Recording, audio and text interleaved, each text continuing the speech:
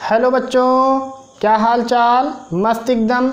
आज हम लोग सॉल्व कर रहे हैं क्लास 10th मैथ में अर्थमेटिक प्रोग्रेशन की लास्ट एक्सरसाइज यानी 5.4। और आज के इस वीडियो में हम लोग इसके सभी प्रश्नों को सॉल्व करेंगे। बने रहिएगा वीडियो में शुरुआत से लेकर के अंत तक। ये है आपका चैनल सीक्रेट यस 5 ट्यूटोरियल और मैं यस खान आपके ही इस चैनल में तहे दिल से इस्तकबाल करता हूँ। आइए शुरुआत करते हैं क्वेश्चन नंबर 1 से। पहला क्वेश्चन है AP 121, 117, 113 इस प्रकार से क्रम चल रहा है का कौन सा पद पहला ऋणात्मक पद होगा। इसका मतलब ये है कि वो पूछा है कि कौन सा टर्म 0 से छोटा होगा, यानी वो पहला टर्म बताओ जो 0 से छोटा हो रहा है। यानी हम लोगों को निकालना है कि वो nवां पद जो कि 0 से छोटा है। तो हम लोग ऐसा लिख लेंगे इसको कि माना nवां पद प्रथम ऋणात्मक पद है लिखेंगे। इसलिए an जो होगा वो लेस देन क्या होगा 0, क्योंकि हर निगेटिव नंबर क्या होती है 0 से छोटी। अब an कैसे निकालते हैं, a plus n minus 1 into D less than 0। a की वैल्यू बताओ कितनी है 121 प्लस n माइनस 1, d की वैल्यू 117 में से 121 घटाएंगे तो आएगा ऋण 4 लेस देन 0। ये होगा 121 ऋण 4 का गुणा n में करेंगे तो ऋण 4n, ऋण का गुणा इसमें ऋण में धन तो हो जाएगा धन 4 लेस देन 0। ये हो जाएगा 121 और 4 125 ऋण 4n 0। इसको उस साइड करेंगे तो होगा minus 4n less than minus 125, minus minus cancel तो हो जाएगा ये 4n लेस देन 125। आगे हो जाएगा ये n ग्रेटर देन 125/4। ये साइन चेंज हो जाएगा जब मल्टीप्लाई या डिवाइड होता है। तो अब इधर से इस 4 से भाग अगर करेंगे हम लोग तो होगा n ग्रेटर देन 4 3 12 4 1 4, एक आएगा 4 दूनी 8 4 पंचे 20, यानी n का मान 31.25 से बड़ा होगा। तो क्या होगा, जस्ट उसके बगल में 32 आएगा।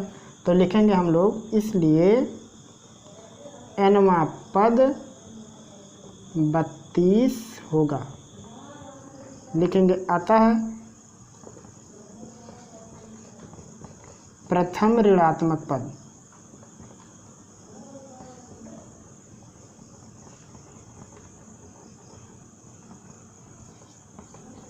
बत्तीसवां पद होगा। आई बात समझ में। वो प्रथम ऋणात्मक पद कौन सा होगा 32वां। लेकिन वो ये नहीं पूछा कि वो जो फर्स्ट नेगेटिव नंबर होगा वो कितना होगा। अगर वो पूछता तो उसको भी हम लोग निकाल लेते। तो ये हो गया क्वेश्चन नंबर 1 का सॉल्यूशन। छापो। क्वेश्चन नंबर 2, किसी AP के तीसरे और 7वें पदों का योग 6 है, गुणनफल 8 है। इस AP के प्रथम 16 पदों का योग ज्ञात कीजिए। तो कहा है तीसरे और 7वें का योग 6 है, तो लिखेंगे A3 प्लस A7 इक्वल 6। जैसा कहा वैसा कर दो। A3 को लिखेंगे A प्लस 2D, A7 को लिखेंगे A प्लस 6D। एक कम ही रहता कॉमन डिफरेंस, यह 6। A में A जुट के 2A और 6 और 2 ये दोनों जुट के हो जाएगा 8D इक्वल 6। अगर 2 से भाग कर दें तो होगा ये A प्लस 4D इक्वल 3। और यहाँ से अगर A की वैल्यू निकालें तो होगा ये 3 माइनस 4D। ये हो गया इक्वेशन नंबर फर्स्ट। फिर कह रहा हूँ उनका गुणनफल 8 है, तो लिखेंगे A3 इंटू A6 नहीं सॉरी A7।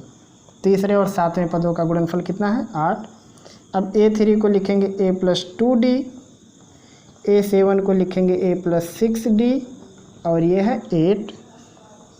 A की वैल्यू कितना लिखना है 3 माइनस 4D, तो लिख दो 3 माइनस 4D और प्लस 2D पहले से है।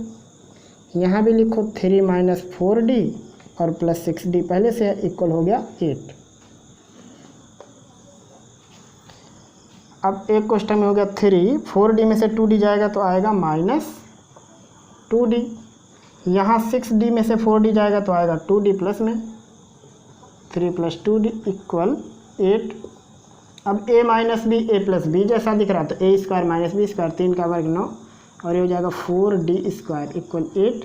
ये उस साइड जाएगा तो होगा -4d² = 8 - 9। ये हो जाएगा -4d² = -1 माइनस कैंसिल तो d² इक्वल होगा 1/4। तो d इक्वल होगा ±1/2। जब 1/4 का स्क्वायर रूट निकालेंगे तब ऐसा आएगा। मतलब एक बार d की वैल्यू +½ और एक बार -½ तो a की वैल्यू भी दो प्रकार से आएगी। तो लिखेंगे d इक्वल 1/2 रखने पर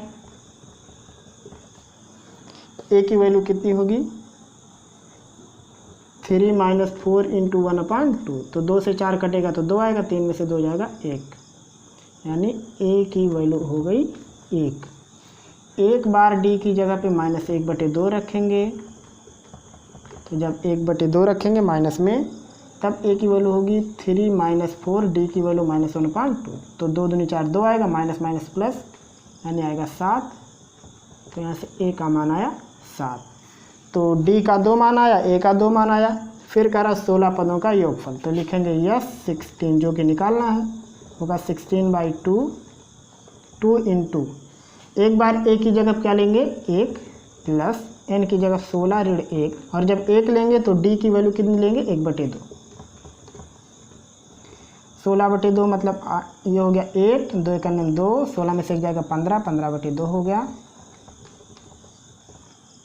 2 दूनी 4 हो जाएगा और 15 × 4 19 यानी 8 × 19/2। 19 8 152 और नीचे /2 तो हो जाएगा ये 2 7 14, 2 6 12 यानी 76 हो गया। एक ऐसे भी कर सकते थे कि 2 चौको 8 और 19 चौक 76। एक बार हम लोग क्या लेंगे ये दूसरा a की वैल्यू 7 और d की वैल्यू 1/2। तो लिखेंगे हम लोग यस 16 इक्वल 16/2। ऐसा यहाँ लिख भी सकते हैं कि d बराबर 1/2 और a बराबर 1 रखने पर। इसमें लिखेंगे कि d बराबर 1/2 और a बराबर 7 रखने पर। तो अगर 2 × a की जगह 7 प्लस 16 - 1 और यहाँ 1/2 तो हो जाएगा 8, 2 7 14 हो गया। 16 में से एक जाएगा 15 और यहाँ ऋण है तो हो जाएगा ये ऋण 15/2।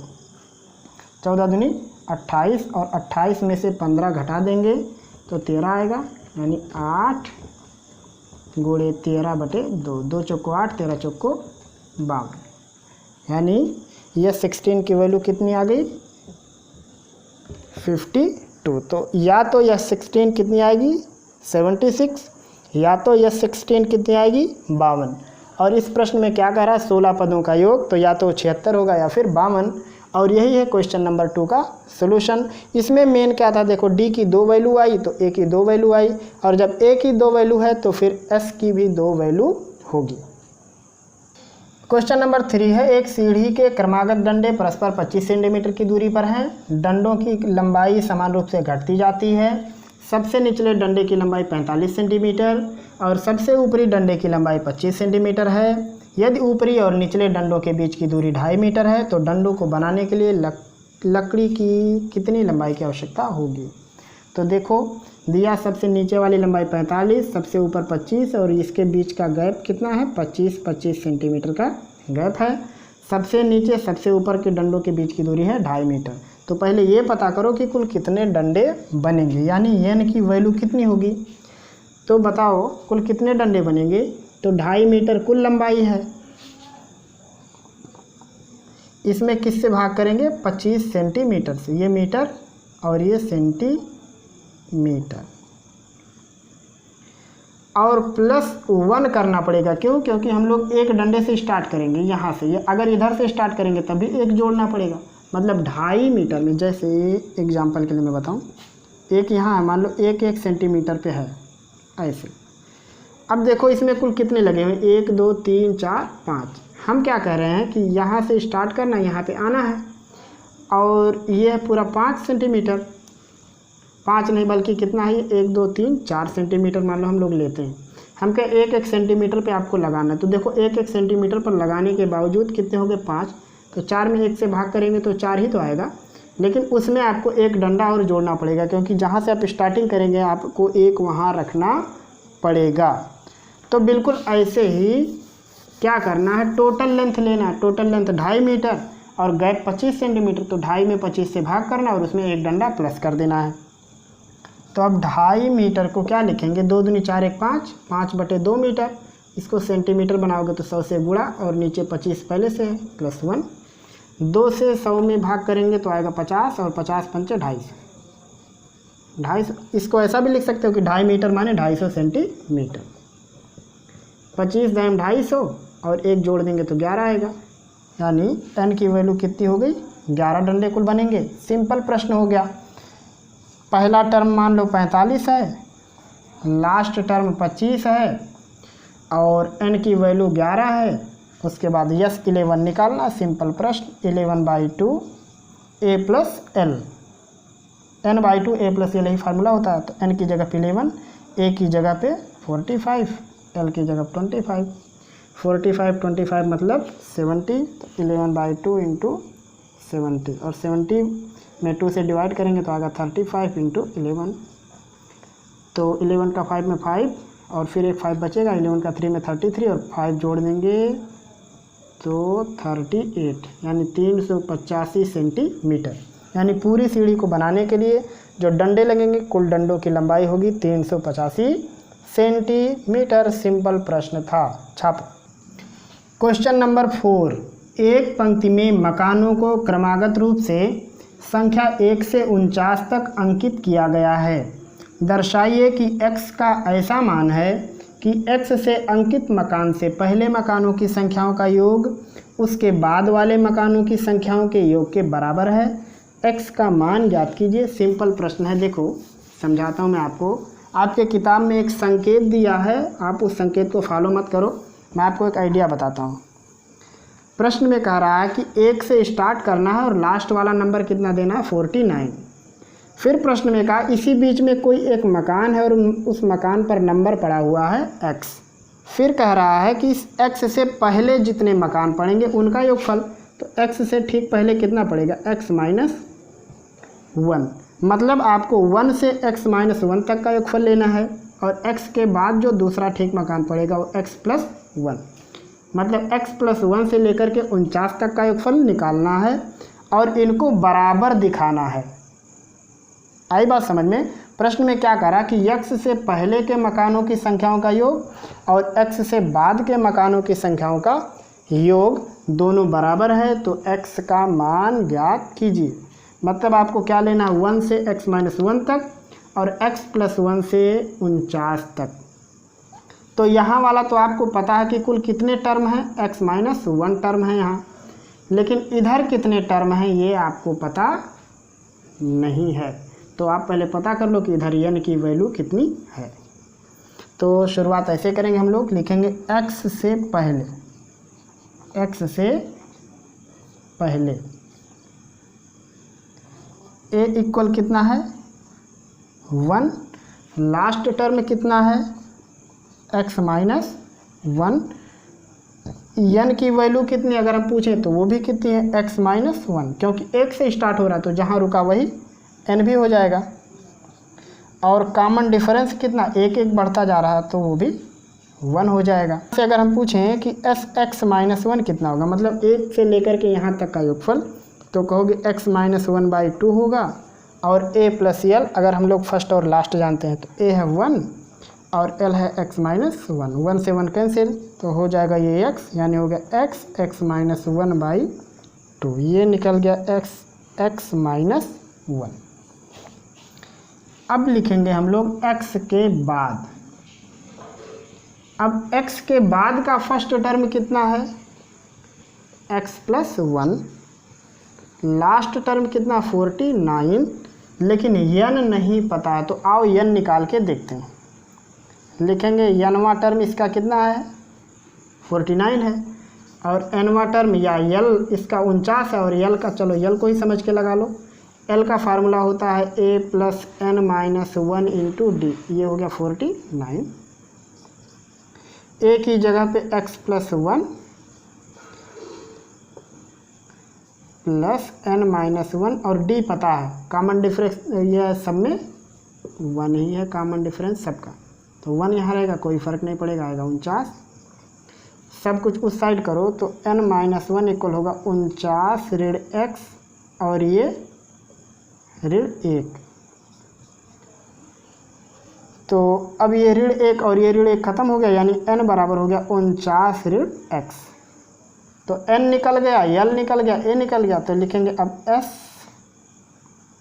49 ऋण x, क्योंकि इतने पदों का योगफल लेना है। ये होगा 49 ऋण x बाई 2, कोष्ठक में a प्लस l, a कितना है x प्लस 1 और l है 49। शायद आपको ये बात समझ में आ रही होगी। यहाँ से यहाँ तक कुल कितने टर्म हमको मिल गए, 49 ऋण x, मतलब इनका योगफल लेना है। तो कैसे लिखेंगे, जैसे SN लिखते थे वैसे लिखेंगे s 49 ऋण x बराबर n बाई 2, तो n की जगह वही रहेगा, फिर a प्लस l, तो ये a है और वो l है। ये हो गया 49 ऋण x बटे 2, 49 1 50, यानी x प्लस 50। अब कह रहा है कि ये दोनों योगफल बराबर हैं, तो बराबर लिख दो। तो अगर बराबर हैं तो लिखेंगे s x माइनस 1 बराबर s 49 ऋण x। ये खुद दिया हुआ है, अब इसकी वैल्यू कितनी है, x माइनस 1 बाई 2 इक्वल, इसकी वैल्यू है 49 ऋण x और x प्लस 50 बटे 2। 2 से 2 कट जाएगा, x का गुणा x में करो तो आएगा x स्क्वायर, x का गुणा 1 में करो तो आएगा ऋण x, 49 का गुणा x में करोगे तो आएगा 49x, 49 का गुणा 50 में करेंगे तो आएगा 2450, और ऋण x का गुणा x में करेंगे तो आएगा ऋण x स्क्वायर, ऋण x का गुणा 50 में करेंगे तो आएगा ऋण 50x। ये हो जाएगा x स्क्वायर ऋण x, 50x में से 49x घटाएंगे तो आएगा ऋण x, ये हो गया 2450 ऋण x स्क्वायर। ऋण x इधर और इधर ये दोनों कैंसिल, और ये इधर आ जाएगा तो होगा ये 2x स्क्वायर इक्वल 2450। आई बात समझ में कैसे हो रहा है, देखो निगेटिव x इधर निगेटिव x इधर दोनों कैंसिल, फिर माइनस एक्स स्क्वायर इस साइड आएगा तो एक्स स्क्वायर पहले से दोनों मिलकर 2x स्क्वायर। अब यहाँ से अगर हम लोग 2 से भाग करें तो आएगा एक्स स्क्वायर इक्वल 1225, और अगर हम लोग अब स्क्वायर रूट निकालें तो 1225 का स्क्वायर रूट होता है 35। इसका मतलब x का मान कितना है 35। लेकिन इसी प्रश्न में कह रहा था कि दर्शाइए x का ऐसा मान है, मतलब वो पूछ रहा था कि दिखाओ कि x की वैल्यू नेगेटिव और फ्रैक्शन नहीं आएगी। तो नीचे अब हम लोग आंसर में लिखेंगे, अतः x का एक ऐसा मान भी है जिसके लिए उससे पहले के मकानों का योगफल और उसके बाद के मकानों का योगफल बराबर होगा। यही है आपके क्वेश्चन नंबर 4 का सॉल्यूशन। क्वेश्चन नंबर 5, एक फुटबॉल के मैदान में एक छोटा सा चबूतरा बना है जिसमें 15 सीढ़ियां हैं। इन सीढ़ियों में से प्रत्येक की लंबाई 50 मीटर है। ये ठोस कंक्रीट की बनी हुई है। प्रत्येक सीढ़ी की चौड़ाई 1/4 मीटर है तथा फैलाव 1/2 मीटर है। इस चबूतरे को बनाने में लगी कंक्रीट का कुल आयतन परिकलित कीजिए। तो देखो प्रश्न में क्या कर रहा है कि हर एक सीढ़ी की लंबाई कितनी है 50 मीटर। मतलब अगर हम एक डंडे को बनाएं तो कुछ ऐसा सीन होगा, ये होगा 50 मीटर। फिर उसके बाद इसमें कह रहा कि इसकी चौड़ाई कितनी है 1/4 मीटर और इसका फैलाव कितना है 1/2 मीटर। कुछ इस प्रकार का डिजाइन बनेगा। देखिए एक डंडा कुछ ऐसा दिखेगा, 50 मीटर 1/4 1/2। तो अब इसका क्या निकालना पड़ेगा हमको, एक आयतन, और ये क्या दिख रहा है घनाभ दिख रहा है, और घनाभ का आयतन क्या होता है लंबाई गुणे चौड़ाई गुणे ऊंचाई। लेकिन जो अगला डंडा होगा, सोचो जो अगला डंडा होगा वो 1/4 मीटर और ऊंचा हो जाएगा। अगला डंडा 1/4 मीटर और ऊंचा हो जाएगा, तो मतलब ऐसे ऊंचाई, क्योंकि जो सीढ़ी होती है ऐसे बगल में उठती जाती है। तो एक डंडा ये है, तो इसके आयतन में 1/4 मीटर और ऊंचाई वाले डंडे का आयतन जोड़ना पड़ेगा। जैसे देखो एक ये आयतन होगा तो एक इसके बगल वाला आयतन, फिर ये देखो जैसे जैसे आप ऊपर जाएंगे सीढ़ी की ऊंचाई बढ़ती जाती है। तो लंबाई तो वही रहेगा, चौड़ाई भी वही रहेगा, ऊंचाई चेंज होता जाता है। तो हम लोग कुछ इस प्रकार से लिखेंगे। देखो मैं एक बना के दिखाता हूँ आपको। ऐसे लिखेंगे, प्रत्येक डंडे में लगे कंक्रीट की आयतन की श्रेणी या सूची। पहले वाले के लिए क्या होगा, लंबाई गुणे चौड़ाई गुणे ऊंचाई, तो लंबाई 50, उसके बाद चौड़ाई 1/2 1/4 और यह है 1/2। दूसरा कितना होगा 50, अभी चौड़ाई कितना रहेगा उसका 1/4 और जुट जाएगा तो होगा ये 1/4 धन 1/4 और फैलाव अभी भी वही रहेगा। अगला कितना होगा 50 गुणे 1/4 धन 1/4 धन 1/4 और गुणे 1/2, क्योंकि जैसे जैसे आगे बढ़ते जाएंगे हाइट बढ़ती जाएगी, लंबाई वही और फैलाव भी वही रहेगा। तो ये कितना हो जाएगा पहला वाला, अगर देखा जाए तो 50/8 मान लो इसको बना दिया, कामा 1/4 1/4 मिलके कितना हो जाएगा 2/4, तो हो जाएगा 50 दूनी 100/8, ये 3/4 हो जाएगा तो 50 3 150/8। इस प्रकार से ये क्रम चलता रहेगा। अब देखो 50-50 का गैप ऊपर होता जा रहा है और नीचे हर बराबर है, मतलब ये किस में है, एक एपी में है और इस एपी का एक कितना है 50/8। कॉमन डिफरेंस कितना निकालेंगे 100/8 में से 50/8, तो कॉमन डिफरेंस कितना आएगा 50/8। कुल कितने डंडे हैं 15 है, तो n बराबर हो जाएगा 15। अब हमको S15 का मान निकालना है, सिंपल, तो लिखेंगे S15 बराबर 15/2 2a, a की जगह पे 50/8 प्लस n की जगह 15-1 और d की जगह 50/8 हो जाएगा 15/2 और 2 चौक को 8 नीचे 4 हो जाएगा और ये 50/4, 15 में से 1 जाएगा 14 हो जाएगा, 2 चौक को 8 2 7 14 यानी यहाँ 7 आएगा और ये हो जाएगा 350 और नीचे 4, 350 और 50 जोड़ देंगे तो आएगा 400, यानी ये हो गया 15/2 गुणे 400/4। अब 400 में 4 से भाग करेंगे तो 100 आएगा, तो होगा ये 15/2 गुणे 100 और 100 में 2 से भाग करेंगे तो 50 आएगा, यानी 15 गुणे 50 और 15×5 75, 750 घन मीटर, क्योंकि आयतन का मात्रक क्या होता है घन। तो शायद आपको ये छोटा सा प्रश्न समझ में आ गया होगा। प्रश्न में बस कुछ नहीं था, इसमें मेन आपको क्या पहचानना था कि जो उसकी लंबाई है वो 50 हो गई, उसके बाद जो उसका उठाव है चौड़ाई यानी उठाव 1/4 मीटर और फिर उसका जो फैलाव ऐसे घूमेगा, ये देखो ऐसे, ये 1/4 मीटर है और ये 1/2 मीटर। तो अगली बार जब डंडा बनेगा तो 1/4 और जुट जाएगा, लेकिन 1/2 ही रहेगा। तो उस बार 50 गुणे 1/4 धन 1/4 गुणे 1/2, अगली बार के लिए 50 और ये 3 बार 1/4 आएगा, लेकिन 1/2 ही रहेगा। तो इस प्रकार से डंडों का आयतन निकलता हुआ चला जाएगा। और उसके बाद हम लोगों ने देखा कि वो एक एपी है, तो उसका ये हो गया फर्स्ट टर्म, कॉमन डिफरेंस निकल गया। कुल 15 डंडे थे तो n बराबर 15 और सबका टोटल निकाल लिया तो आया 750 घन मीटर।